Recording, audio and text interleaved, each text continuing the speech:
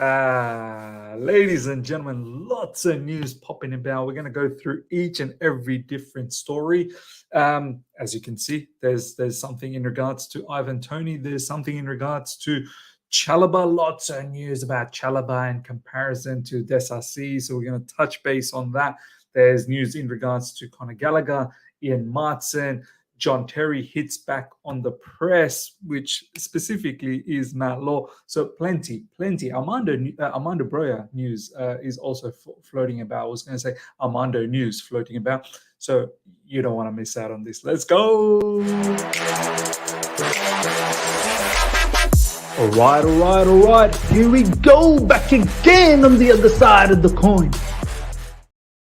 All right, welcome back to the other side of the coin, ladies and gentlemen. Ivan Toney news, we're going to hold on to that. We're going to touch base on this straight after this one. I think this one is very important to have a look at initially. As I said, plenty of news floating about, and there's also news in regards to Ben Chilwell.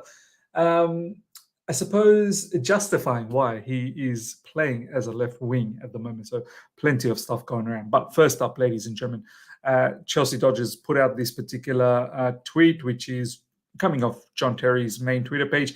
He's put on a particular video tweet out there. Have a look. This is John Terry basically hitting back on the press. The final message on this particular video, if you guys don't know what the whole story is about, is John Terry he's got his own charity foundation he's been working on for the past 6-7 months. And he's got an event coming up where, you can get an autograph from him for £100. You can have dinner with him for £500. But all the, revenue, all the proceeds from the charity is from the event is going towards the charity. So what has happened consequently off the back of this is Matt Law has come up with an article stating, to get a autograph from John Terry, it's £100. To have a meal with him is £500. And he's kind of painted a picture as if John Terry is doing some side hustle, as if John Terry is looking to make some money because he's struggling financially. That's not the case. Matt Law is a smart individual. When it comes to journalism, they know what they're doing, because at the end of the day, clicks. You need to get clicks. If your article's not getting clicks, you're not going to get paid. Having an article stating John Terry is holding a charity event and proceeds will go towards his charity ain't going to produce clicks. But having a headline stating John Terry is charging money to get his autograph and perhaps sit down and have a meal with him, then people are going to start clicking to think, what's going on here? Why is he financially struggling? So this is off the back of that, where John Terry has responded to the press, which, to be honest, is really Matt Law. So I tweeted back just a moment ago, quote tweeted this particular tweet saying, the last bit of line was the most important, where John Terry says, I'm just fed up with the press writing, over and over again. And that was brilliantly put by John Terry. And I wonder if Matt Law he's going to see this particular video from John Terry and actually going to correct his article. Most likely he won't, because that's the way how the cookie crumbles, and that's the way how journalism works. So I'm glad John Terry has done this. Ladies and gentlemen, let me know your thoughts in regards to John Terry lashing back at the press. I think it's perfect. People like Matt Law needs to be put in their place sometimes. In fact, all the times. Next up, ladies and gentlemen, Ivan Toney news that's been popping about. And it goes something like this. Chelsea are leading the race to sign Brentford's forward Ivan Toney, with moves being made behind the scenes to possibly get him in January. Toney is Pochettino's ideal choice, as he's English, at the right age, and proven in the Premier League. At the right age, I wonder how old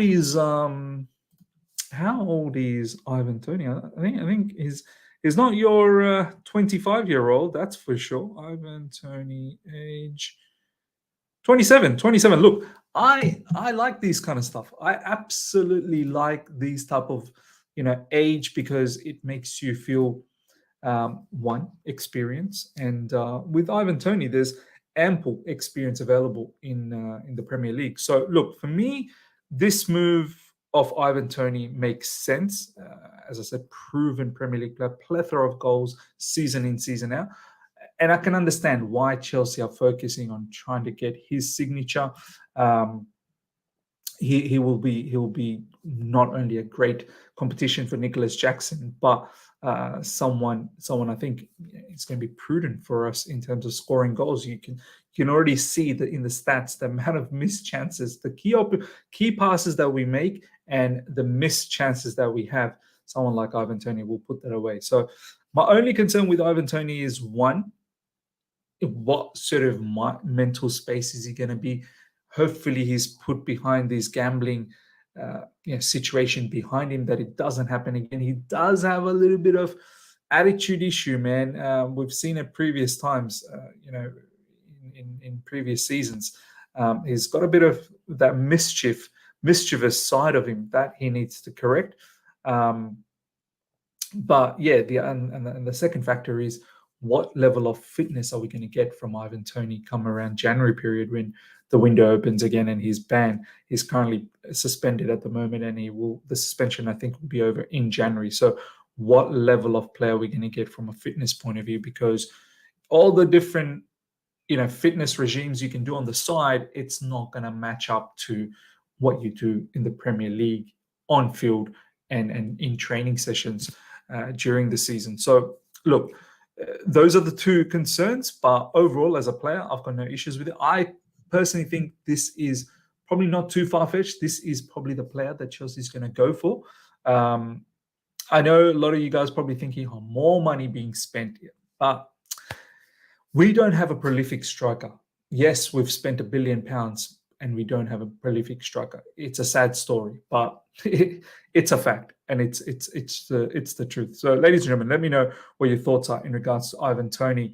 I think he's probably the most suitable striker to get. I know Taiwo Awoniyi's name's getting thrown around as well, and we've apparently been interested in getting him in the last window, 48 hours before it was closed.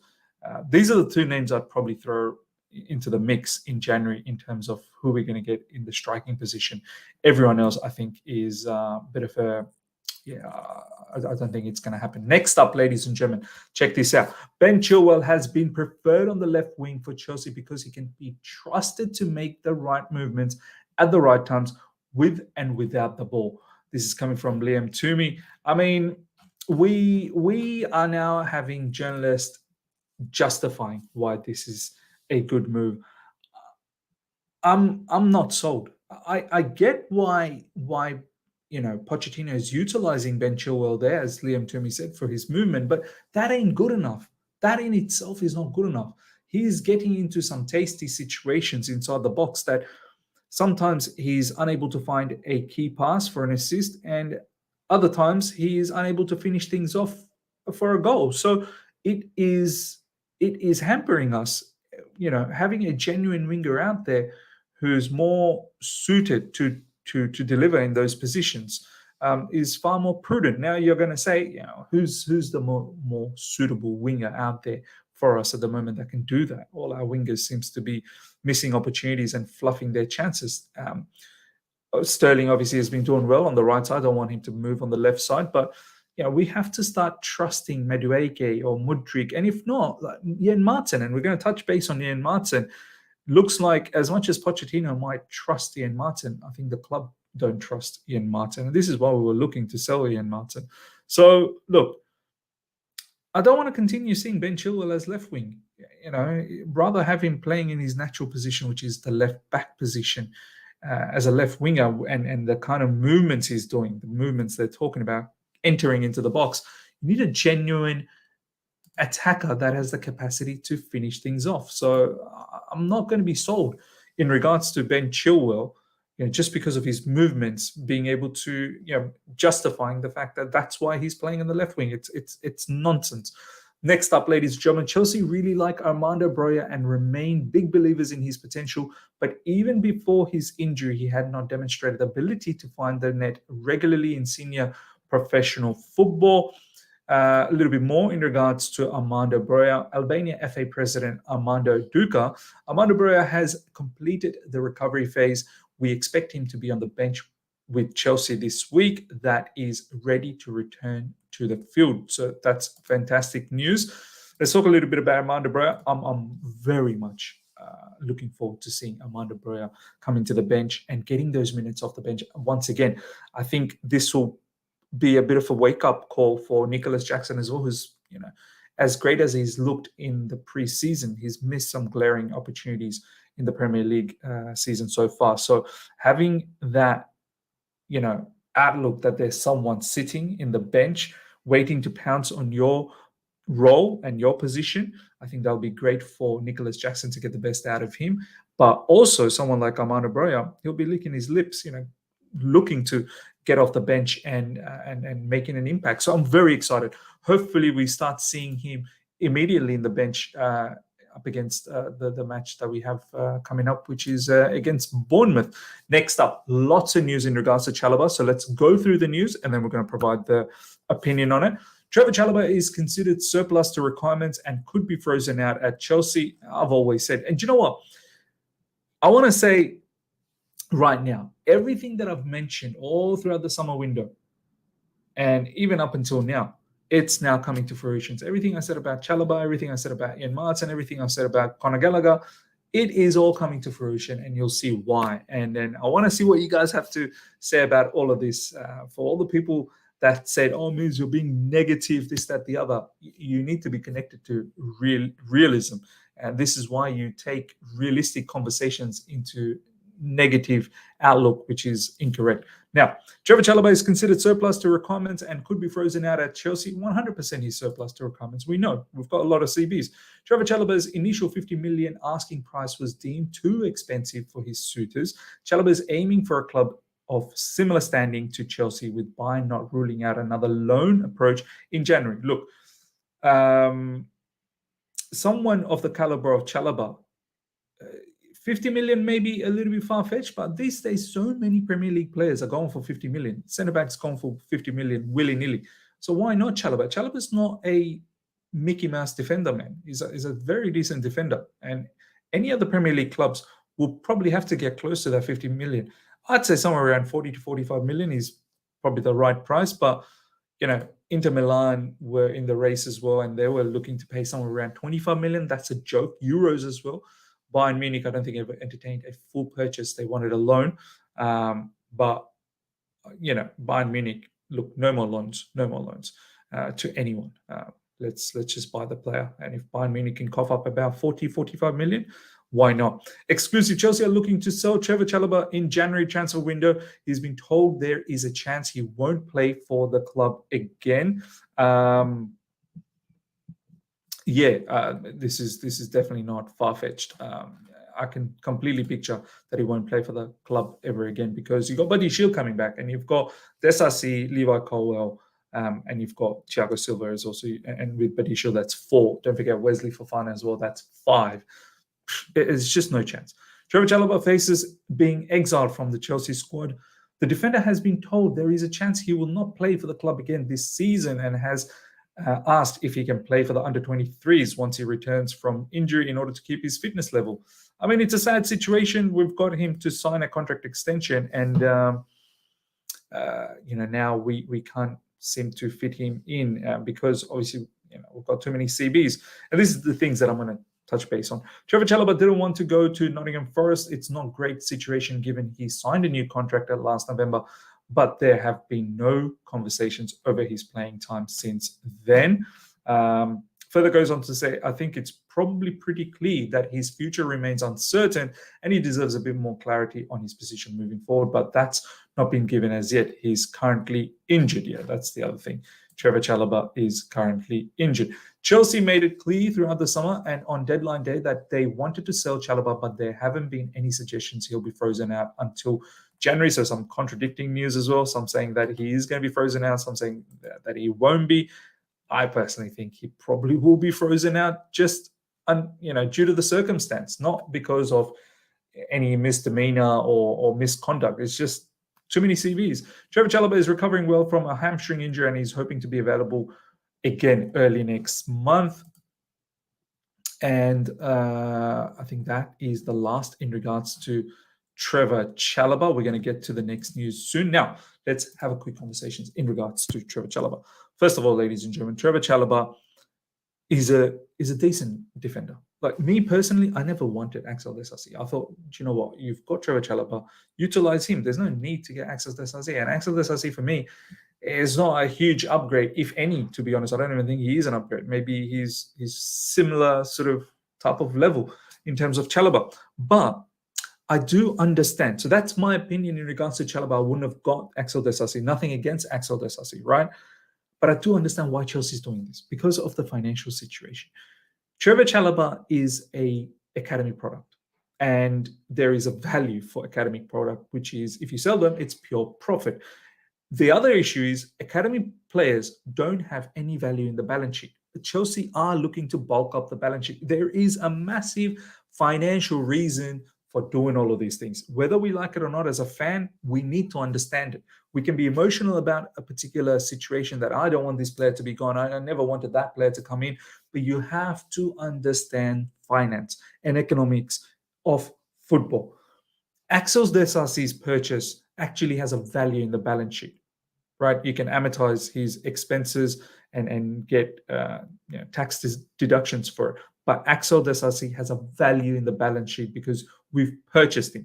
Whereas Chalobah actually doesn't have a value in the balance sheet. The only time you get a value of academy play in the balance sheet or in the profit and loss statement is when you actually sell them and you realize that asset and you get that profit. So this is why when Chelsea are looking at their balance sheet and they're looking that this balance sheet looks a bit insolvent, it looks a bit weak, when in essence it shouldn't. Football should have a way to value their academy products so that the balance sheet looks healthy. So there's many different implications as to why Chalobah is going. Pure profit, bulk up the balance sheet with players outside of Chelsea Football Club. And also, let's be honest, Trevoh Chalobah is just not. He's not a world-class level of defender. He's a very good defender, but he's not of that huge caliber. So Chelsea's probably thinking, do you know what? It just makes sense to get rid of him and cash in on him and buy someone else who maybe a tad bit of an upgrade. I don't think he is in terms of Axel Disasi, but that's probably the outlook that Chelsea has. But in social media, ladies and gentlemen, everyone's getting very irate about this. Why are we treating Chalobah like this? We've just given him, and that's the other thing we need to realize, ladies and gentlemen. Just because we've given a contract extension to a particular player, that means diddly squat. All it means is Chelsea is securing the value of that player. It does not necessarily mean that, Chelsea thinks that they have a future with this particular player at the football club. No. So all of these fans out there that are like, we've mistreated him, we've given him a contract extension, long-term contract, and now we're exiling him. All Chelsea did with that long-term contract extension is secured his value, because the longer contract means when you're going to sell a player to other clubs, you're going to get good value out of it. Shorter contracts, you're going to get less value out of it. So Chelsea we have to understand, it is a main business machine at the moment. That's how Chelsea's operating. So ladies and gentlemen, let me know your thoughts in regards to Trevoh Chalobah. Next up, is that a surprise? I think Chelsea were always going to use January to shift some players, and Cucurella, Chalobah and Maatsen are at the top of the list. This is Chelsea Dodgers stating off the back of this particular tweet from Sam_C345, hearing quiet rumors, silent rumors, that Cucurella and Ian Martin could also be excluded from the Chelsea squad for upcoming fixtures. Ian didn't accept a move to Burnley, and Cucurella was difficult to move on. So everything I've been saying over this summer transfer window, I have a feeling that Chelsea's looking to get rid of Ian Martin as well. Now this is what they're talking about, that potentially Maatsen and Cucurella, we already saw we were trying to move him on. He's definitely got no chance. I'll be very, very surprised if after the international break, Cucurella actually gets an opportunity, even against Brighton in the cup match. I think that is, look, it's a very important game, and I fully expect Pochettino to put his preferred 11, whatever that is. but you can best believe his preferred 11 doesn't have Cucurella in it. Me personally, I would have liked to have seen give Cucurella one more opportunity this season. But I understand we've got too many left-sided players. Too many. And now we're also using Levi Colwill as a left back. So he needs to go. Ivan Maatsen, we were looking to sell him. We agreed a fee with Burnley on the final day of the summer transfer window. So completely get why all of these players are up for sale. I don't like it. I don't want Ivan Maatsen to go. But Ivan Maatsen's going to be another one of those players who's not going to see minutes. He's not going to see minutes. I'll be very surprised. If he sees some minutes off the bench, hopefully he can sign a contract extension. But we heard the news of Ivan Maatsen yesterday that the contract extension provided by Chelsea doesn't make him feel important. So that is also going to be an issue. Marc Cucurella is facing Chelsea exile after a move to Manchester United collapsed. So I highly doubt he's going to feature for Chelsea Football Club. Conor Gallagher and Ivan Maatsen are battling to convince Chelsea for their worth, having been put up for sale in the summer. Conor Gallagher is another player that was, we did have him in the market. He didn't want to leave. I think, Pochettino didn't want him to go either. But the bottom line is the club don't see these two players as the future of Chelsea Football Club at Chelsea Football Club. And once again, academy players, pure profit. And there's a little bit of information in regards to Gallagher. Check this out. Conor Gallagher is more valued for his potential sale price than his on-pitch contributions by Chelsea hierarchy. So to all those people, time for you to type up your apologies to me as to, whoa, Miz, you hate Conor Gallagher. This is coming from Liam Toomey, and he's saying that Chelsea hierarchy value Conor Gallagher because of his potential sell price, not because of what he does on field. Because on field is replaceable. Bottom line, he's massively replaceable. So, ladies and gentlemen, everything I've said in the summer window, Conor Gallagher, in regards to Conor Gallagher, Chelsea will look to sell him because he's not irreplaceable. His skill set there's a plethora of players out there, but it looks like there's value for Conor Gallagher in the Premier League. So you want to cash in on that, pure profit. Ivan Maatsen, I don't want him to go, but I can see why he's going to go because once again we have got wingers now with Cole Palmer in as well. Ivan Maatsen not going to feature, and with Levi Colwill playing as left back at times, Chilwell potentially moving in that position with one game a week, Ivan Maatsen probably won't see left back either as well. So Ivan Maatsen will go. Chalobah, we already know, has to go. So, these are the things that I've been saying, that don't get too upset or emotionally attached with these sort of stuff. Try and understand the finance and the economic side of running a football club. So I think come January, there might be a few more exodus that's going to happen. Ladies and gentlemen, let me know what you thought about everything we spoke about. Smash the like button if you've enjoyed this. Leave comments about every different topics we touched on, Ivan Toney as well. And subscribe if you're here for the first time. Until next time, ladies and gentlemen, catch you later. See ya. Bye.